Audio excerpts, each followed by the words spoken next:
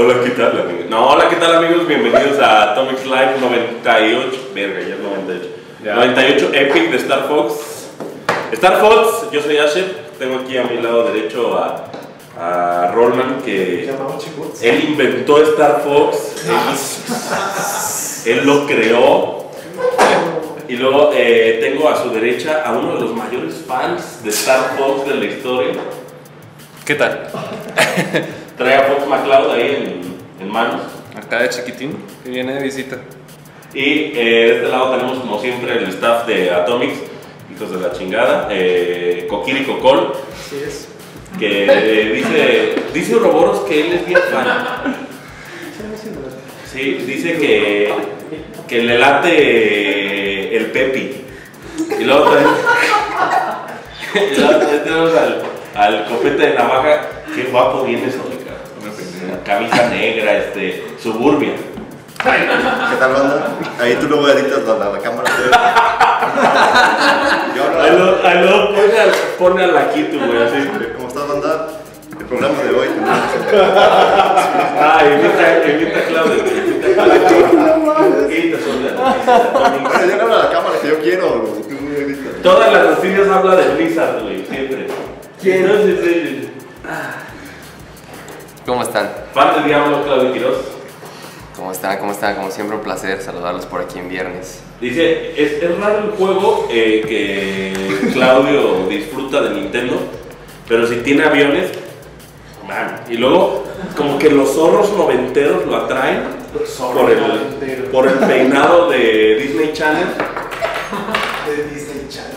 ¿A poco no es Disney Channel? No, ¿cómo se llama esto? High School Musical. Ay, Claudio es tan guapo como esos latinos de High School Musical. En los controles tenemos Rojito, ahí a Mel Lara. De patrón, mírenlo. En las cámaras tenemos tan zoomeante como siempre, que me hace zoom hacia las cejas. El novato del año. A Fer17. Fer J.J. Abrams. Fer J.J. Abrams. Y el programa de hoy lo queremos dedicar a Star Fox, pero, o sea, todos de aquí somos como fans de Star Fox, a pesar de que la serie realmente no ha tenido como el éxito abrumante que han tenido las demás series de... Yo no sé qué era especial de Smash Bros. Hay más cajas de Smash Bros. Que de... Ahí está. Ya. Ya tendrás tu momento de hablar de lo chácala que es el puto Fox No, yo no voy a decir nada. en los Smash Bros, güey. El puto rayito. Star Fox me recuerda así como estas palabras que existen en cierto idioma y que no tienen traducción a otro. O sea, yo diría que la palabra perfecta para Star Fox sería underrated, ¿no?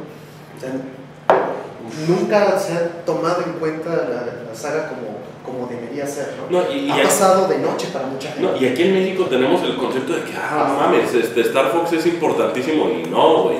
O sea, Star Fox es pues un producto que realmente, como Nintendo lo ha dicho, si el de 3DS no pega, no, ya ahí quedó, güey. No, pues tan fácil como cancelar uno terminado, ¿no? Cancelaron uno terminado y Nintendo como que ya no le ha dado la seriedad que tiene, ¿no? Como que siempre anda prestando la franquicia a que le haga Rare juegos, güey, a que le haga Namco. O sea, le ha tomado más cariño a Metroid, que Metroid tampoco es una... No, fíjate que yo comparo mucho Metroid con Star Fox, porque siempre tienen como este mismo tratamiento como de olvido, güey, así como de que... y lo mismo que pasa con Castlevania, que todos los fans de videojuegos decimos, Castlevania es famosísimo. Igual, güey, o sea, realmente no tiene ni... Es que, güey, no tiene ni un pito de famoso, güey. El más vendido es el de Game Boy Advance y nosotros queremos, Castlevania, Su avatar, ya no te gustó. También Metroid y también Star Fox, o sea, son series que viejitas pero bonitas y las queremos y todo eso, pero no es algo mainstream, ¿no? Yo pondría Kirby también ahí, ¿no? O sea, Kirby también está como en este sentido de que salen juegos y pues de repente sí, pero sabes y de repente no. Kirby sale en un chingo de juegos, güey. Como que Nintendo dice, estamos aburridos, juego de Kirby. Y salen juegos bien vergas de Kirby, pero, o sea, lo que estoy diciendo es que hay un chingo de juegos de Kirby. Claro, pero sí hay más del doble de juegos de Metroid que de Star Fox. Tranquilamente. Miren, el inicio de Star Fox se basa sinceramente en que Shigeru Miyamoto, cuando estaba haciendo Pilot Wings y cuando estaba haciendo F0, dijo el güey: dibujar sprites rotando es una pérdida de tiempo. Entonces, como para el güey era una pérdida de tiempo el estar dibujando que la navecita del Captain Falcon así, poquito a la izquierda, poquito así, ahora más lejecitos, y ahora sí. Y el güey dijo, entonces el güey sí. Mario Kart 64. Pinche Mario Kart 64, pero ahí siquiera estaban tomándole fotos a un render, güey. O sea, era algo como el pinche Donkey Kong Country de que tienes el render de así, de Donkey Kong, pero le estás tome y tome fotos a cada una de las animaciones. No es como pintar un sprite a mano, como por decir Chrono Trigger, que tiene un putero de animaciones, ¿no? Pero sí tuvieron que modelar completo todo el personaje, ¿no? O sea, sí tuvieron que modelar pues, en 3D completo el personaje para poder tomar estas claro.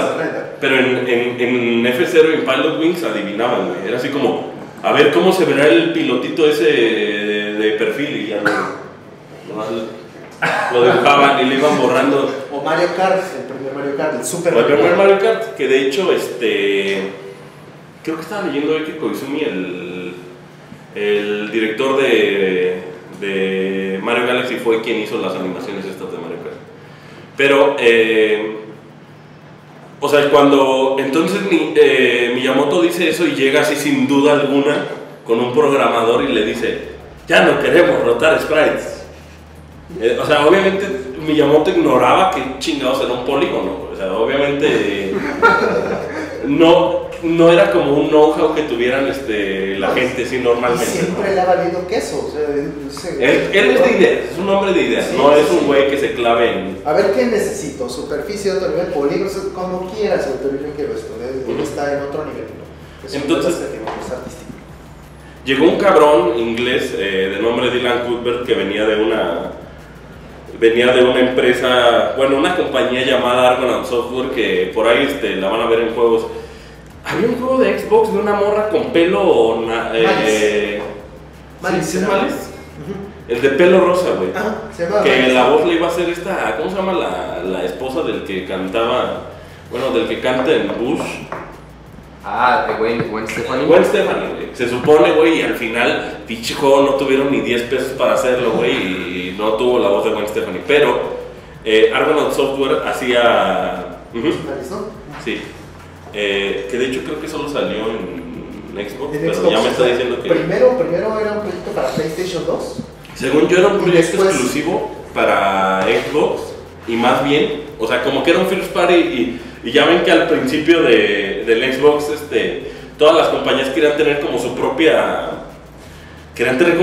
mascota, y dijeron pelos rosas, y ya era su mascota, güey. Pero... ya después llegó este dude de 17 años a Japón, güey, y les enseño un demo de un juego de Game Boy que se llama X. Y este pinche juego de X, no mames, no puedo creer que tenía como polígonos en el Game Boy Advance, güey, o tenía como tipo wireframe, pero la gente decía, no mames, es 3D. Y era como un 3D más allá del de Smile. ¿Cómo se llama ¿te acuerdas de un first person de una carita, güey? Que solo avanzaba así, güey, y que le ponías derecha y que hacía la ilusión de que el cuarto estaba a la derecha, algo así como el de Viernes 13 de NES, güey. Y estos güeyes estaban haciendo 3D real, ¿no? Estaban haciendo una tecnología de 3D real. Hicieron un juego para un chingo de plataformas, incluyendo Amiga e incluyendo el NES, que se llama Star Glider y que tenía 3D, y muchos se sacan de onda porque dicen, güey, ¿cómo hacían 3D en el NES? Empezaron a hacer un demo que se llamaba NES Glider, y ya después dijeron así como, güey, si aguantas el release de este juego puedes hacerlo más cabrón en un Super Nintendo. Y eso es lo que hicieron, o sea, hicieron como un port de lo que tenían hecho con NES Glider, y decidieron hacer un shooter porque Miyamoto había dicho que los shooters era como uno de los géneros más fáciles de portear, güey. O sea, como que para él decía, un juego fácil es un shooter. Y ese es el Star Fox que negó que Star Fox se llamara Star Fox en Europa desde un chingo de tiempo. Creo que el primero... Por eso hubo el cambio de nombre, ¿no? Entonces, Lylat Wars y Star Wing se llaman. O sea, Lo tienes de derecho, ¿no? Pero Sí. sobre todo creo que igual, o sea, ya sé que ya estás hablando de los juegos, pero igual como que sería interesante hablar un poco acerca de cómo es que surge el personaje como tal y la inspiración. Y si no me equivoco es como de una especie de deidad justamente, ¿no? Sí, lo como mismo. no sé si era como un espacio de meditación o algo así, a donde iba Miyamoto y entonces cuando vio esta figura de ahí surgió la idea básicamente, ¿no? Y, Rollman va a saber explicarlo mejor, Ujú.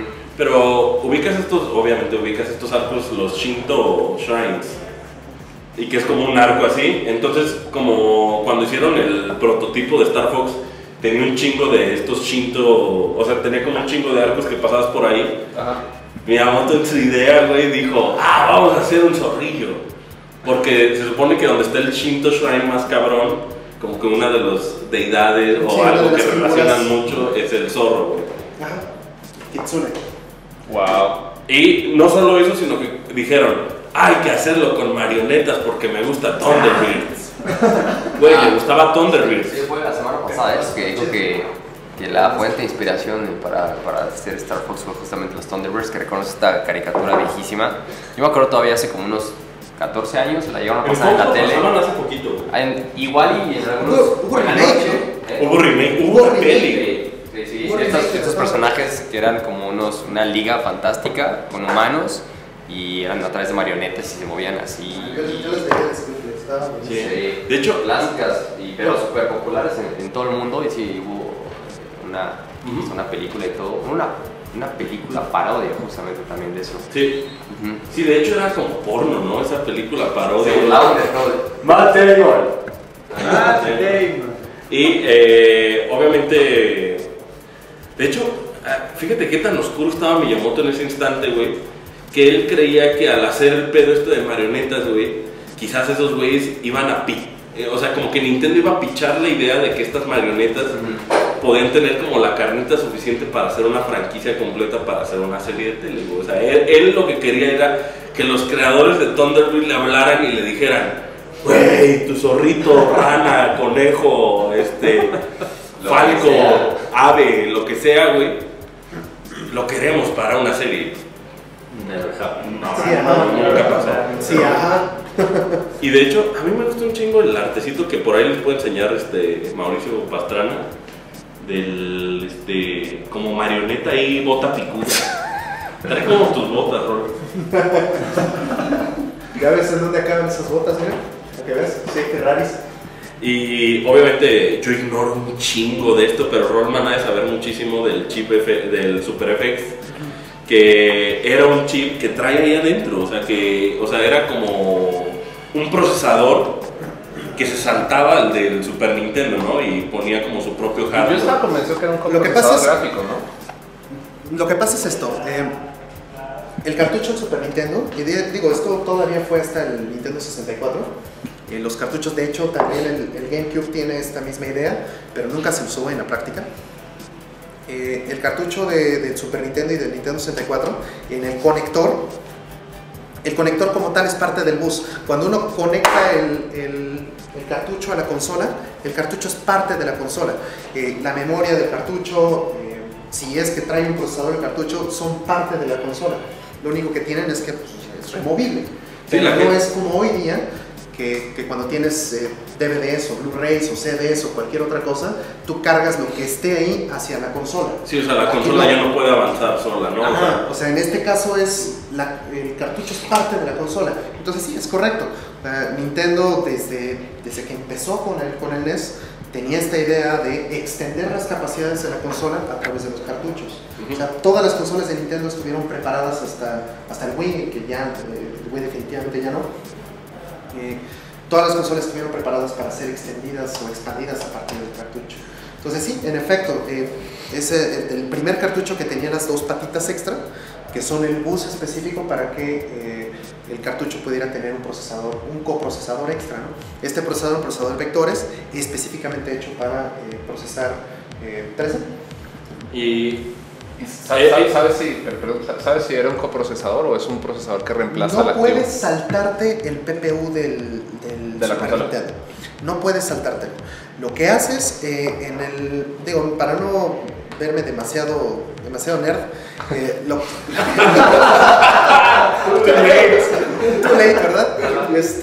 Lo que hace un coprocesador como estos es que tú le escupes datos que va a procesar en un área de memoria específica, que son sus registros, te esperas un ratito, unos ciclos, y en otro lugar recuperas los resultados. Ok. Entonces eso lo envías ya al procesador de video, Claro. digamos, ¿no? Entonces es básicamente así, se consideraría más un coprocesador desde ese punto de vista. Claro. Y de hecho el chip se fue actualizando en varias cosas. O sea, por ejemplo, si ustedes tienen un Yoshi's Island, adentro de su Yoshi's Island hay un chip FX.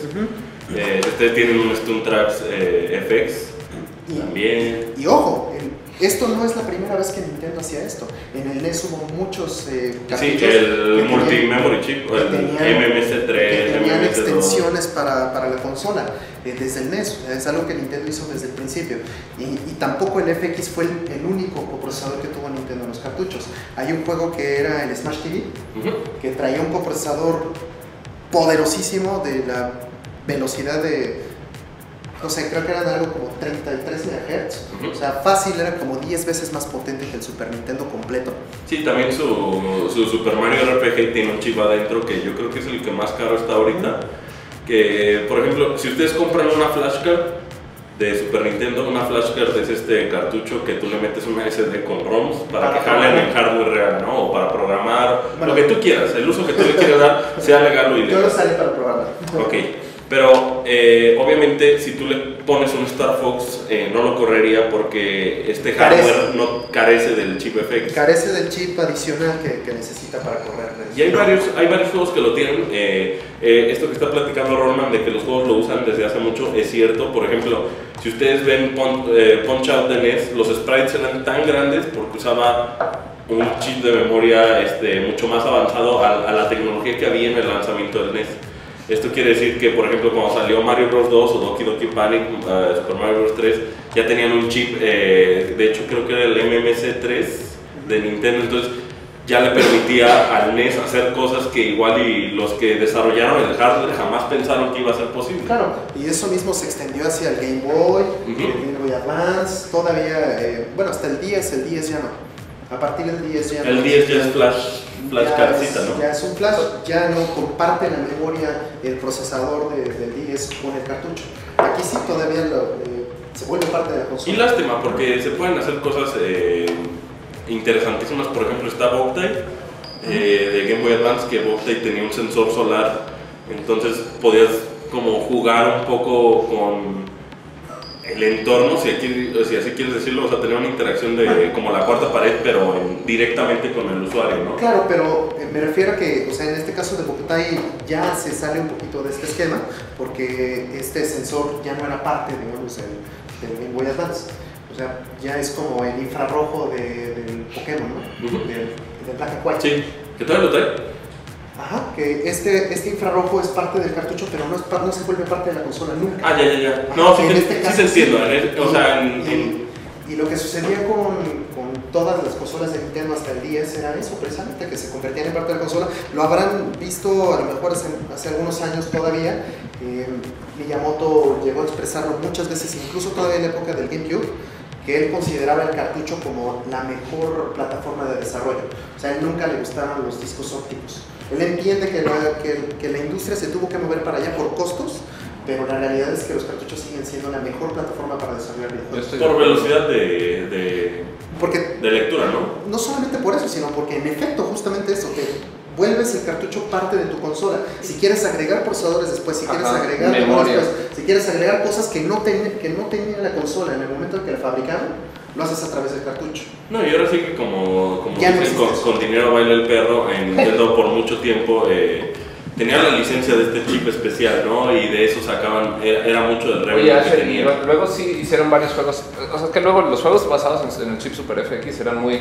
Digo, esto es el zorro y el polígono volador, ¿no? Pero luego había una cantidad de juegos que tenían ese look and feel de polígonos que no eran Lucasfilm de todos los demás. Entonces me acuerdo que había una gama de juegos que todos tenían el sellito de Super FX y eran todos como diferentes aplicaciones del mismo concepto, ¿no? Son muy poquitos, y te voy a decir por qué son muy poquitos. Porque para Nintendo era muy caro poner el chip dentro de un cartucho. Entonces, o sea, el chip era tan caro, güey, al punto de que cancelaron Star Fox 2 Por costos. por costos. Y el chip que venía dentro de Star Fox 2 era el chip que se podía decir que era la versión 2.0, güey. Era como un firmware upgrade de... Claro. Sí, lo que pasa es que al final Nintendo pues ha sido pues, muy sensible al negocio.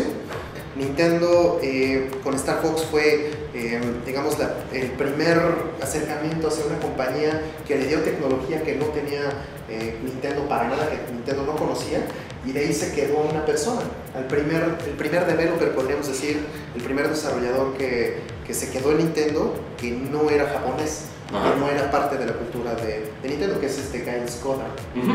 Que este dude desarrolló, o sea, mientras estaba desarrollando, o sea, ellos desarrollaban como esta tecnología y juegos al mismo tiempo, y dentro de los juegos que desarrollaron, por ejemplo, estaba Stone Tracks FX, y desarrollaron también un Dirt Tracks FX que ya después lo descartaron, pero creo que Midway lo rescató o pasó algo así, y al mismo tiempo se desarrolló Stone Tracks y Star Fox 2.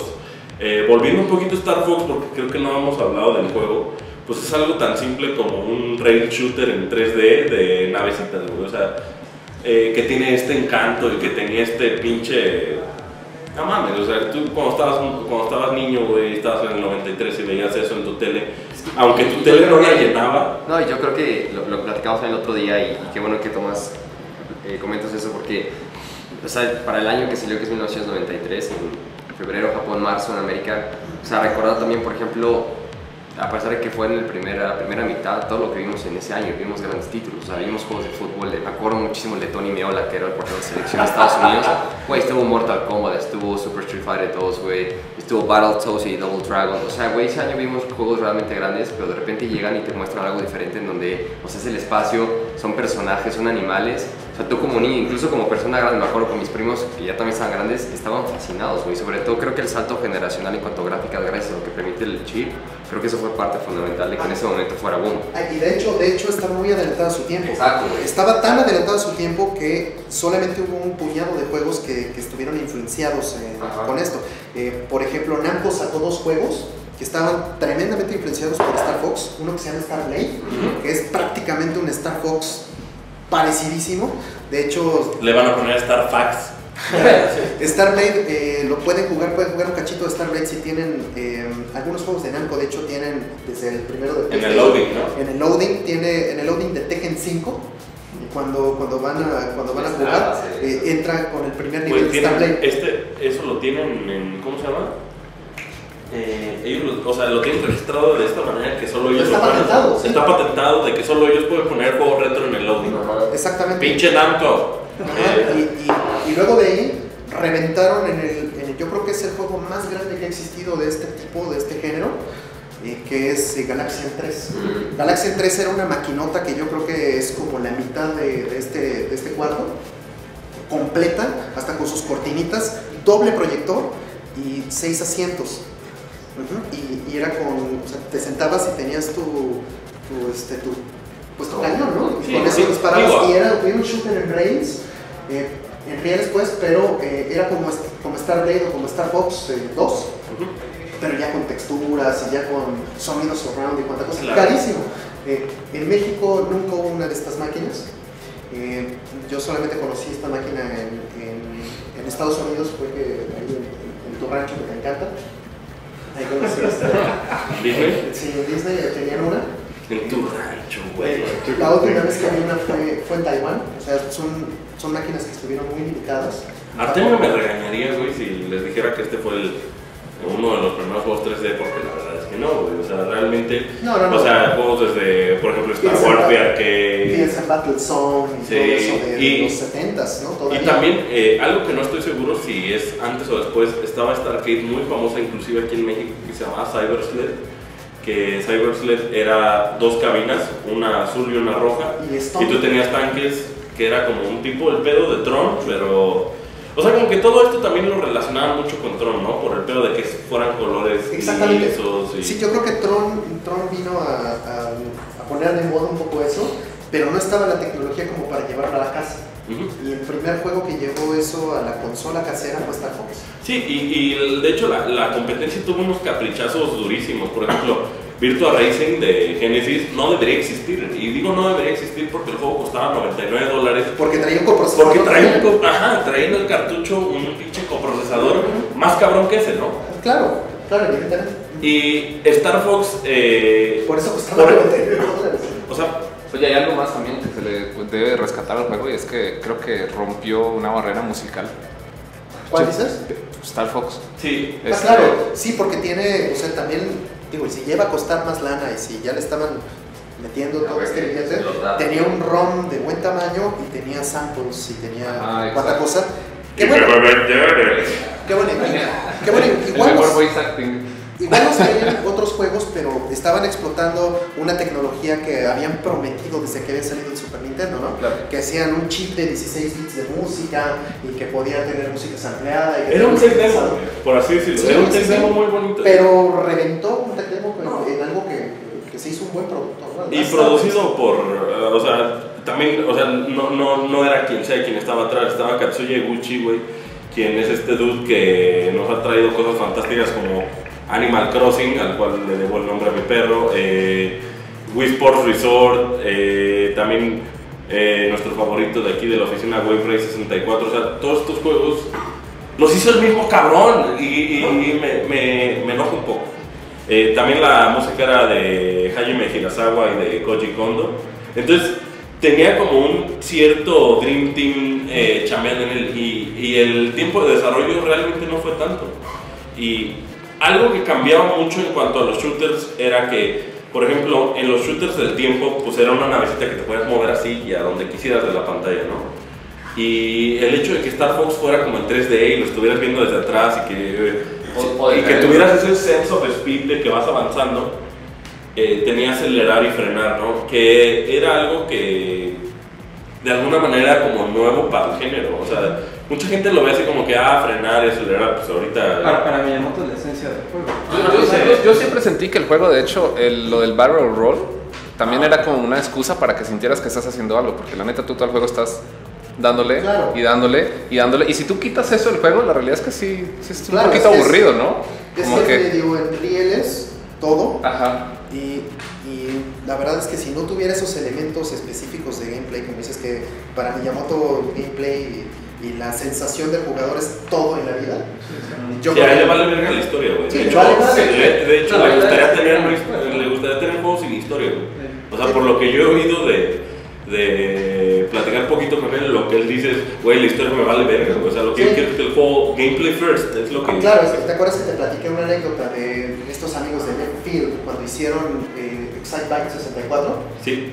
Justamente fue ese tema. O sea, hicieron un Excitebike que técnicamente estaba fregoncísimo, que tenía unas gráficas increíbles, que tenía así un... Excitebike 64 es fantástico, güey. Era muy bueno y lo que hizo Miyamoto es que cuando este equipo de Left Field recibió a Miyamoto en sus oficinas para jugar el primer build del juego, estaban todos nerviosos, sudando, fríos, todos así, puta, nos va a hacer mierda el juego, ¿no? Y eso fue exactamente lo que hizo. Les dijo, tiene un problema terrible este juego, no se siente bien, póngale en turbo con doble botonazo.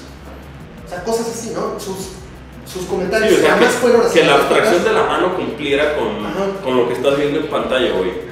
Y sí, era eso. Le valieron madre las gráficas, que si la música, que si técnicamente, que si las texturas, que si...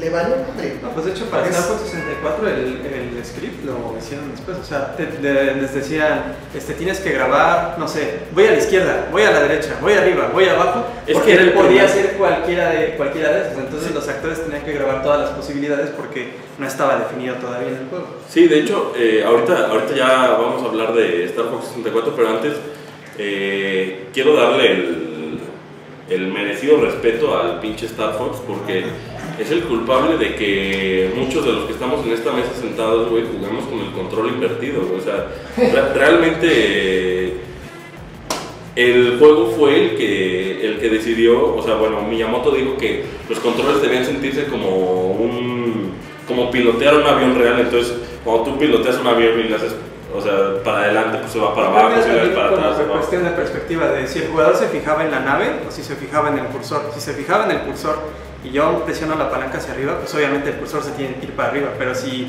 yo veo la nave y presiono hacia arriba, es como si fuera la palanca de un avión. Entonces el avión se tenía que ir hacia Claro, abajo. y recordemos que ya para entonces existía un Afterburner, ¿no? O sea, pero no tenía nada que ver. Afterburner eran sprites. Sí, claro. Y se sentía 3D. Y tenía su tecnología esta de que la máquina se movía. Y si te vas para atrás todavía estaba Space Harrier y todos los que estaban como Godzilla y lo que sea. Pero sí, aquí fue una innovación terrible, ¿no? En tener ya polígonos en tu casa, en tu consola y en un cartuchito, ¿no? De ese tamaño, que podías ir a la tienda y comprarlo.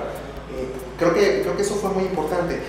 Ahorita dije de Galaxian 3 que en arcade fue como la experiencia más grande que tuvo este género, pero en el caso de las consolas, la experiencia más grande que hubo de este tipo fue un juego que de hecho tengo el remake, tengo el original remake, que el remake hace poquito lo hicieron hace unos 8 años, 7 años en el PlayStation 2, es Sylphid, no sé si lo ubicas.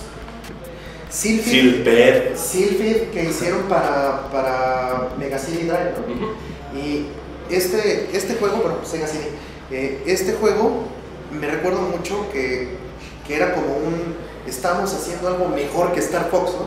Decían y presumían. Había mucha gente, ¿no? O sea, había muchos equipos que querían hacer algo mejor que Star Fox. Claro, y sí. el problema es que lo lograron, güey. Entonces esa es la causa de la que realmente Star Fox no salió. Digo, Star Fox 2 no salió pues porque la gente ya estaba haciendo polígonos mucho más vergas que... Y reventaron el género mucho más fácil que como Activision reventó a Guitar Hero. La verdad es que reventaron el género. Sylphid presumía mucho y hasta decía la caja, me parece. 500,000 polígonos en un solo nivel, ¿no? Digo, ahorita ves 35,000 polígonos en un solo personaje, ¿no? Pero en ese entonces decían que el nivel completo mide todo esto. Y sí, o sea, no contamos 500,000 polígonos en todo el juego. No, tenía un pop-up tremendo aquí mi compadre Star Fox.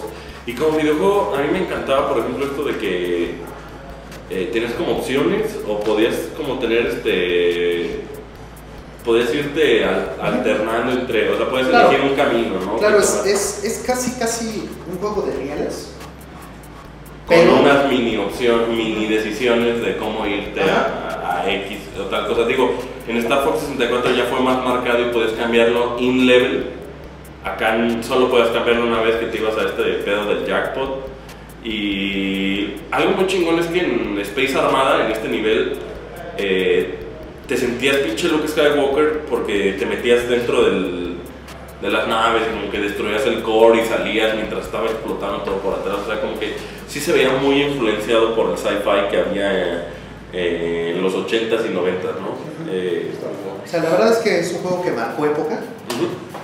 Lamentablemente la gente no estaba lista para él, estuvo muy adelantado a su época y pues eso fue lo que lo terminó matando, ¿no? A Star Fox 2 y a todo el género en sí, ¿no? Bueno, como fan de la serie, eso no me detuvo de jugar Star Fox 2, de hecho ya lo acabé. El ROM lo sacaron y de hecho lo parcharon de tal manera que corregía los bugs y lo traducía a inglés.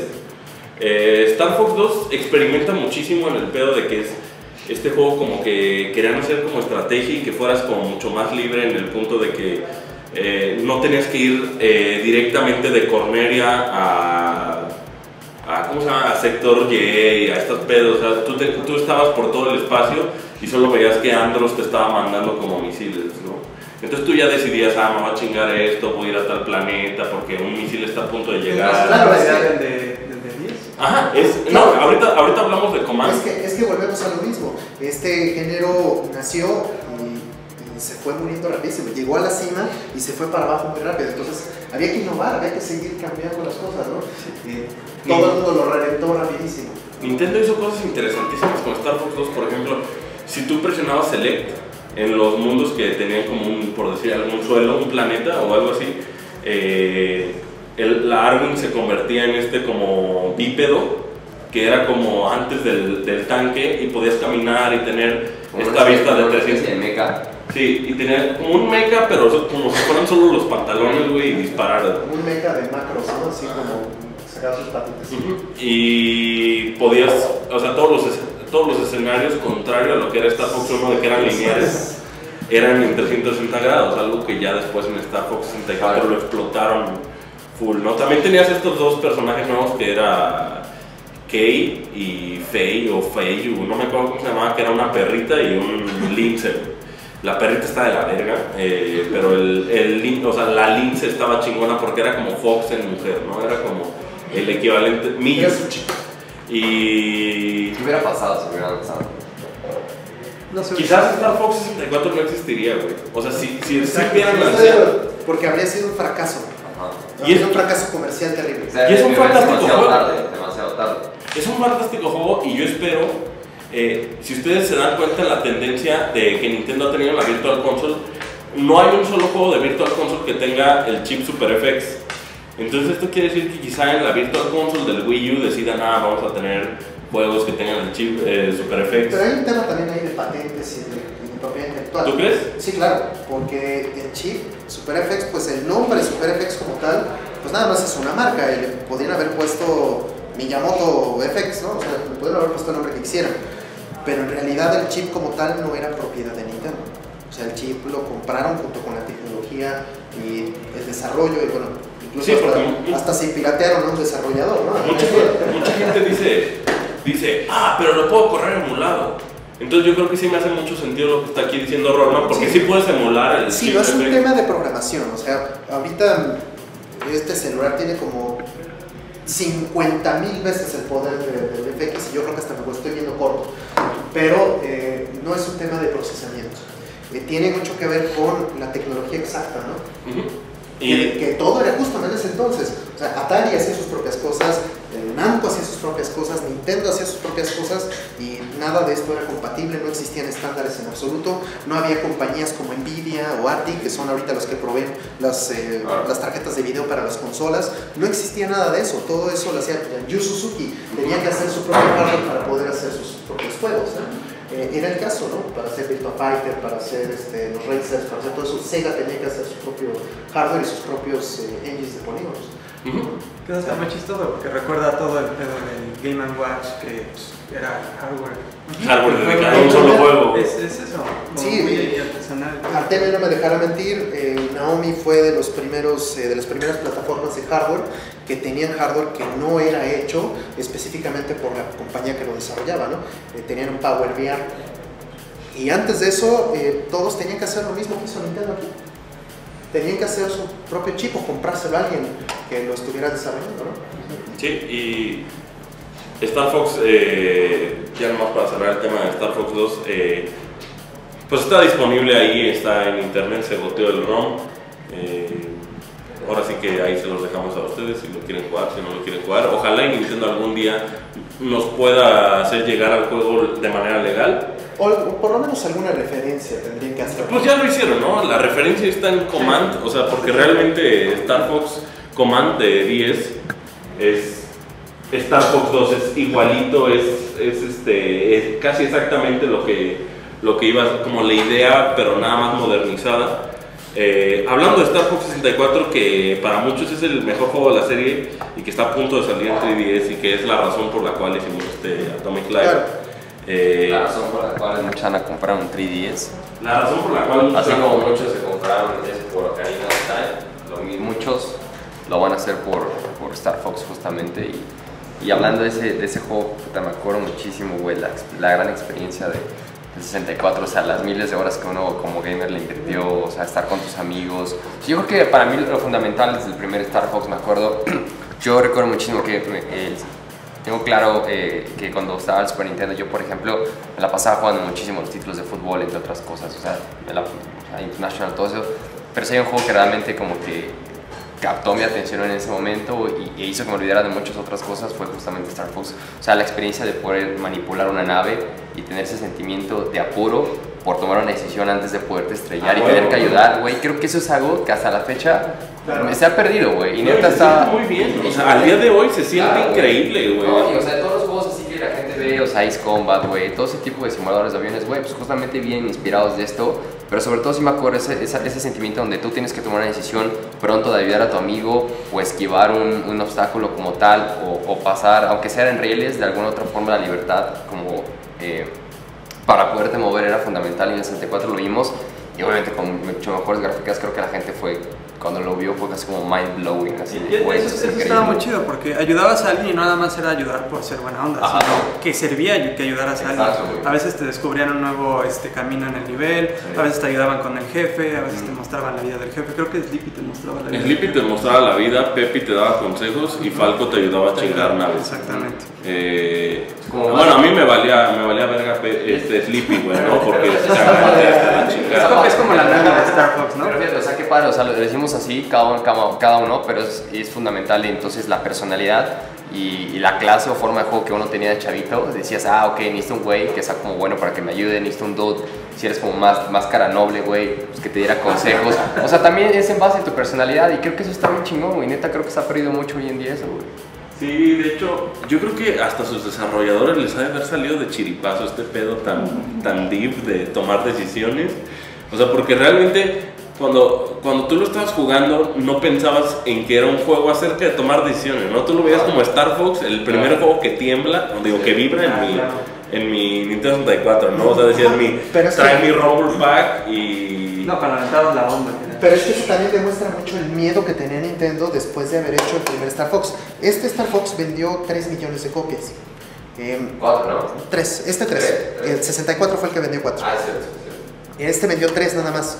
O sea, 4. Ahorita, ¿cuánto vende un pinche Call of Duty, güey? Comparado a... 10, o sea, para que vean el... 10, 12 por consola. Para que vean el nivel de underground. Es más, gente, los que nos estén viendo y tengan un Star Fox en su casa son afortunados, privilegiados de tener un Star Fox. En este momento, vaya, guárdelo en su caja fuerte y no lo saque. La cápsula del tiempo, o sea, apliquen para que la siguiente generación. Yo no entendía por qué el puto Star Fox, digo, está muy inútil este comentario, pero ¿por qué Star Fox 64 tenía este robot así en la calca del juego en vez de tener a mi pinche Arwing y a un Fox gigante así, ¿no? Pues tenía un robotcito así. Se imagina el reto de Nintendo para llevar el 3D a las masas, ¿no? No lo llevó hasta las masas exitosamente hasta Mario 64. O sea, esto fue algo que fue un éxito, pero irrepetible para el Super Nintendo. No, y que Nintendo aprendió muchísimo ahí, y es innegable que Nintendo son los que hacen mejores cámaras en la historia, o sea, claro, de que hacen la mejor cámara en un espacio virtual, ¿no? Yo creo que Mario 64 es lo más lejos a lo que hemos llegado en cuanto a cámaras. No ha vuelto a repetirse algo tan perfectamente. Desde la idea para justificarlo con un Lakitu que está flotando así, porque Miyamoto decía, ¿cómo le hacemos para justificar que si Mario está parado detrás de un árbol o detrás hay agua, que la cámara esté detrás? Ponemos un Lakitu en una nube que flota sobre todo. Así justificamos, exactamente, así justificamos. Lo que parece fantástico el 64 fue el diseño de la mira. No mames, güey, eso fue para mí mind blowing también. O sea, ajá, exacto, güey.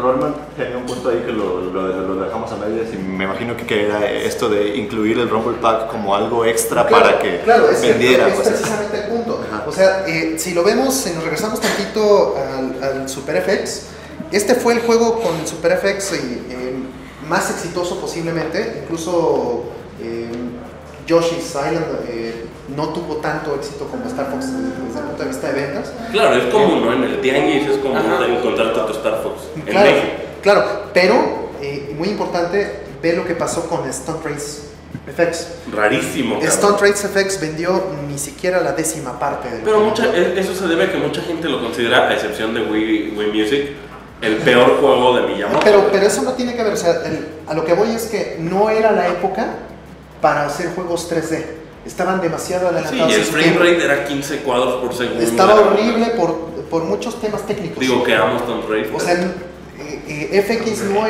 era su época, no era la época para el 3D todavía. Para el 3D y el 64, como habíamos dicho, volviendo un poquito a lo de Star Fox 2, si no salió el juego es porque otras compañías ya estaban haciendo polígonos mucho más chingones de lo que podía hacer Nintendo. Y ya se estaba yendo al carajo todo ese género. Entonces, si ya se estaba yendo al diablo y nadie estaba haciendo dinero y cualquiera podía hacer un trabajo mejor de lo que podía hacer Nintendo con el FX, pues qué chiste tenía. Claro. Era un tema comercial, o sea, independientemente de que el juego fuera muy bueno, pues si no era negocio, ¿para qué lo sacan, no? como no fue negocio Stone Race FX, como no fue negocio muchos otros juegos que sacaron con el chip FX, ¿no? Y en el Star Fox 64, que es el punto que decía Gerardo, sí, por eso pusieron el Rumble Pack, ¿no? Para asegurarse que la gente lo comprara, para hacerte un gancho. Es una maniobra común de Nintendo. Y dejando con 64, con su... Y dejando un poquito a un lado la mercadotecnia, Star Fox 64 innova en tantas cosas que no puedo creerlo, güey. O sea, el hecho de tomar estas decisiones in-game que cambien completamente el futuro a corto plazo que vas a tener dentro del juego, o el hecho de que alguien te esté hablando con voces y te esté diciendo, güey, si haces esto, va a cambiar todo, güey. Como por ejemplo lo de Follow Me, Fox, y que vas abajo de este pedo. O sea, el hecho de tener ese feedback de personajes que aunque son unos pinches animales se sienta real, güey. Que se quejaban cuando les disparabas. Ajá. De no mames, Fox. Güey, no mames. ¿Te acuerdas de ese acercamiento cuando de repente estabas dentro de la nave, güey? Sí, güey. No, por ejemplo, güey, lo del Blue Marine, el submarinito, güey. De hecho, había... Se lo cambiaron, ¿no? Tenía, según yo, el ROM, o sea, si lo abrían, el ROM de Star Fox 64, tenía assets de niveles que no están en el juego, güey. O sea, había varios niveles con el submarino, pero por el ritmo del juego decidieron dejarlo. Solo dejar uno, ¿verdad? Y también estaba este pinche lugar, o sea, cada planeta tenía su tema, güey. Solar, así que era el sol y la chingada. Que estaba este planeta que estaba todo puerco, güey, que era como todo contaminado. Otros que eran de nieve. También el primer mundo que casi siempre es todo colorido y bonito para ir metiendo al jugador. Entonces. Una influencia muy cabrona del Día de la Independencia, ¿no? Claro. Y Miyamoto lo decía muy claramente que él con todo este pedo quería, o sea, con todo el poder que le daba el Nintendo 64, quería hacer una historia de sci-fi tan épica como las que había en el cine, güey. O sea, fue la orden específica que le dio al guionista. Si necesito frases que sean como de una película sci-fi, que sean igual de memorables, aunque sean trilladas, no importa, que sean muy memorables. Yo creo que eso se consigue muy bien. O sea, si primero te sentías como útil, en 64 decías, güey, si no la cago, se va a la mierda todo. Y entonces, por ejemplo, cuando te habla, a mí me acuerdo mucho que en el 64 las frases de Falco, no mames, era como tu amigo, así de, güey, voy detrás de ti, güey, hazte un lado, ayúdame. O sea, como que de repente te sentías, o sea, te transportaba a una situación en que decías, madres, güey, o sea, yo tengo que jugar bien, o sea, la computadora realmente está dependiendo de mí para que la historia sea interesante y que todo funcione, también era como soy igual de verguilla que tú, rífate o de repente hacían las cosas así como que, mira, ¿por qué se fue para allá? O sea, te volaba, ¿no? Te volaba, te quitaba los kills, digamos. Sí, exacto. O tú le puedes quitar los de él y te decían, no mames, o sea, yo lo iba a matar. Como que de alguna otra manera obligaba al jugador a esforzarse más, y creo que eso es... Pero creo que este punto que dices de hacer referencias a películas, hacer referencia como ciencia ficción y todo eso, o sea, dio el Kojimazo, ¿no? Ahí, sí. Como que mira, lo que pasa, Shigesato Ito y el creador de la serie de Mother, ya no digo Mother, güey, compren Mother, Earthbound o algo, si es que llega a América. Casi pasó en Atomic Life sin que hablara de Mother. Güey, casi se le olvidó. Falco es como Piccolo en Dragon Ball. A huevo, güey, esa es lo que decía Shigesato Itoi, que le dijo al güey que hizo el script. Le dijo, oye, güey, ¿por qué tus frases están tan quemadas, güey? Y realmente la tarea que tenían era que tuviera estas frases como de película, güey, o sea, como de Never give up, trust your instincts, o sea, como que querían hacer este pump-up de cosas que ya estaban comprobadas que le gustaban a la gente, güey. No iban a hacer un script completamente nuevo, sino que estaban usando una combinación de frases de X películas como Luke, Use the Force o cosas así. Sí, es el Kojimazo, tal cual. El Kojimazo, güey. You nailed it, güey. Así creo que esa es la... Coin. ¿Qué más hablar de Star Fox 64? El port va a estar increíble. Igual, de hecho, si tiene usted uno en su casa, guárdelo, consérvelo bien, métalo a la caja de seguridad nuevamente. Y también decirles que, o sea, depende del éxito que tenga el de 3DS. Sí, vamos a ver uno en Wii U, güey. El futuro de la serie. Y obviamente no puedes obligar a la gente a que lo compre, pero neta, si les gusta Star Fox, Nosotros ya jugamos el port de 3DS, está increíble, güey. Tiene bump mapping, algo que no se había hecho en el 3DS. El bump mapping es este pedo de que los polígonos pareciera que tienen como más textura y se ve el agua como se mueve. Se ve algo, o sea, realmente si quieren obtener el juego con mejores gráficos que hay en el 3DS de momento, es Star Fox 64. Y aparte, modificaron un poquito el multiplayer. No hemos hablado del multiplayer, güey.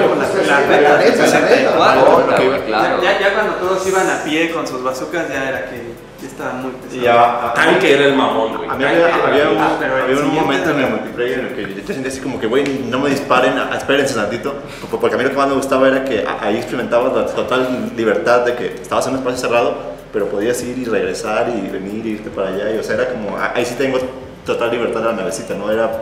No tenía que ir hacia adelante nada más o regresarme sobre atrás. Cuando tenías un güey atrás que te iba disparando y cómo iba sonando cada vez que que ver las balas, todo rojito, tú y así de sí, y de hecho, yo me acuerdo que a todos, a mis compas les cagaba que agarrar el tanque, güey, porque te les ponías abajo, güey, y se la pelaban bien culero, güey. Pinche tanque era un cáncer. Hasta que te tiraban una bomba.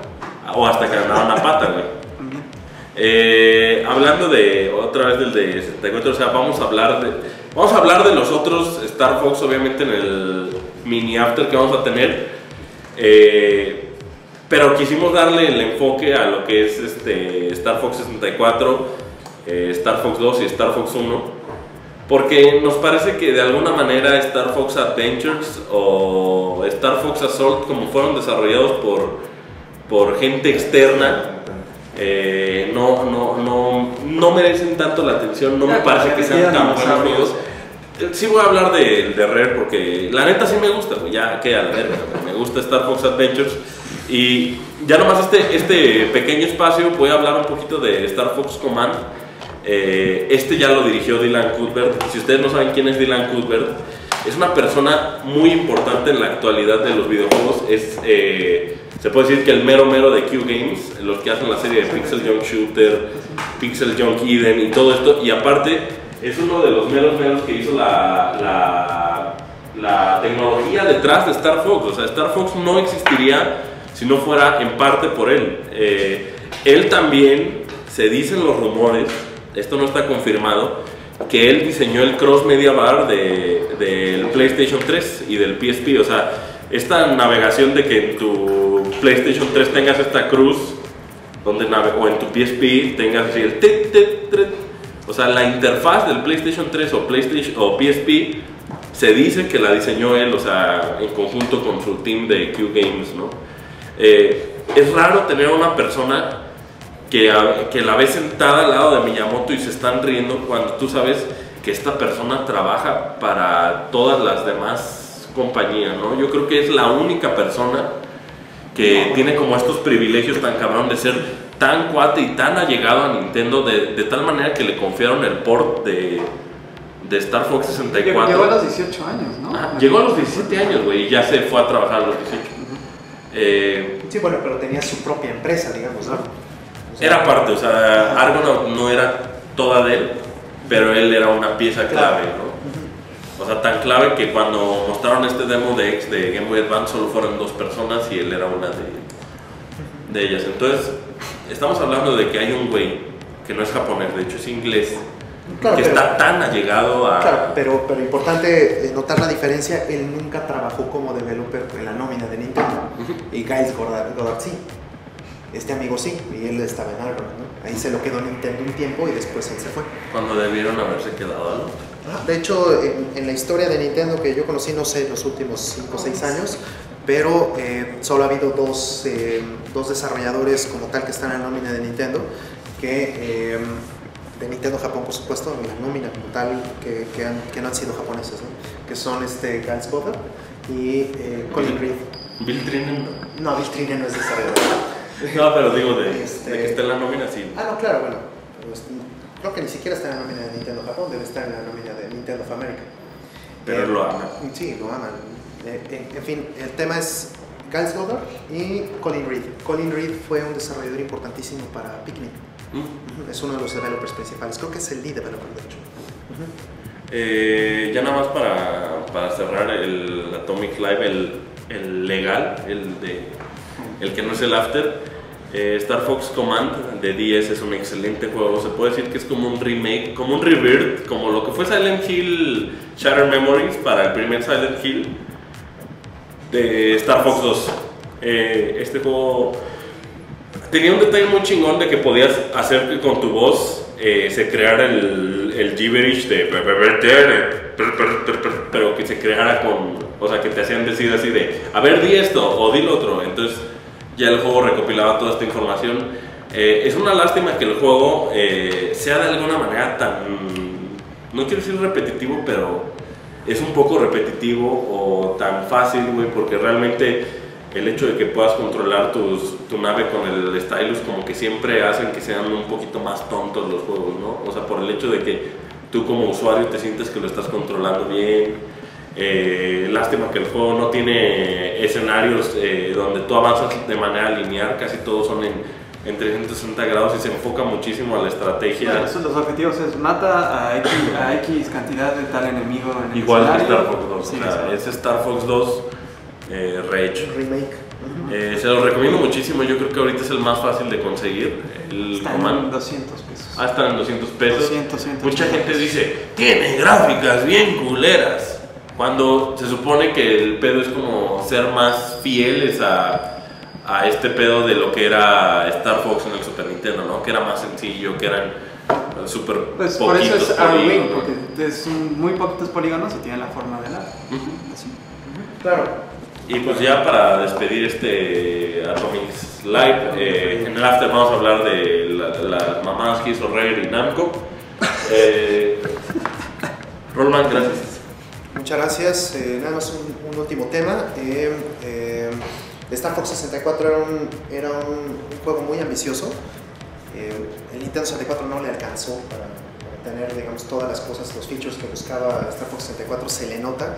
Hay partes donde está espeluznantemente mal, feo, unas gráficas terribles con dithering, por ejemplo la parte donde está bajo del agua.